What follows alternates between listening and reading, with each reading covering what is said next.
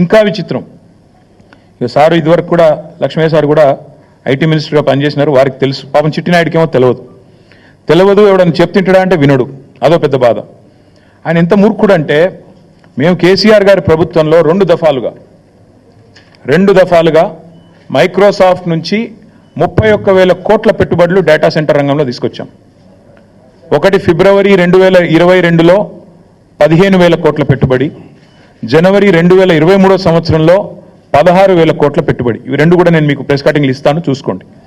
మేము ఓపెన్గా బాజాప్తా మైక్రోసాఫ్ట్ పెద్దలు సత్యనాదెల్ల గారి నుంచి మొదలు పెడితే వాళ్ళ వివిధ అధికారులను కలిసి ఒప్పించి మెప్పించి హైదరాబాద్లో ఉండే సానుకూల పరిస్థితులు వివరించి, ఇక్కడి ప్రభుత్వం యొక్క మంచి విధానాలు వివరించి మొత్తం 31,000 కోట్ల పెట్టుబడి మైక్రోసాఫ్ట్ డేటా సెంటర్లు వాటికి మేము సాధించాం.